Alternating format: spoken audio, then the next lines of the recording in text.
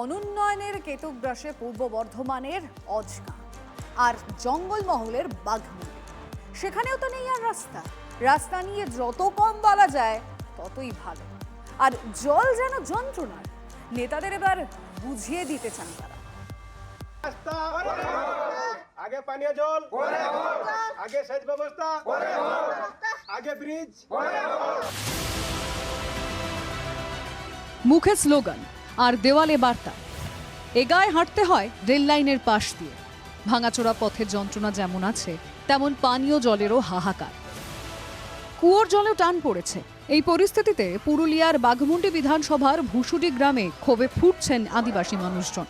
কোনো দিনের জন্য রাস্তাটুকু হয় নাই, আবার জলেরও অসুবিধা।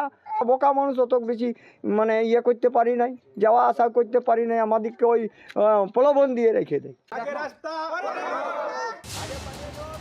স্লোগান উঠেছে রাস্তা নেই, ভোট নেই। গ্রামবাসীদের অভিযোগ, বহু বছর ধরে নেতারা অনেক কথা বললেও কাজের কাজ কিছুই হয়নি।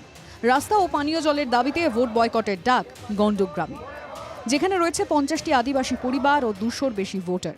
ডেলিভারির অসুবিধা হচ্ছে, তার জন্য ওটা নিয়ে যেতে হয়, আর মেন রোড বাইর করতে হয়, তার জেলায় আমরা বয়কট বানাইছি। আমরা এই কাজগুলো না হলে, আমাদের যে দাবি, আমাদের দাবি পূরণ না হলে আমাদের ভোট বয়কট অনড় থাকবে। গ্রামে পাকা রাস্তা না থাকায় জরুরি পরিষেবার সমস্যা, পানীয় জলের সংকট।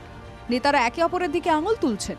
আমাদের তরফ থেকে তাদেরকে আশ্বস্ত করার চেষ্টা করব যে ভারতীয় জনতা পার্টির ডবল ইঞ্জিনের সরকার আসছে, এইবারের ভোটে অংশগ্রহণ করুন। ওনাদের সমস্যা যে দাবি আছে সেই দাবি যতটা সমাধান করা যায়, এবং ওনারা যাতে ভোটদান থেকে যেটা বিরত থাকার কথা বলেছেন সেটা না থেকে ভোটদানে অংশগ্রহণ করানো।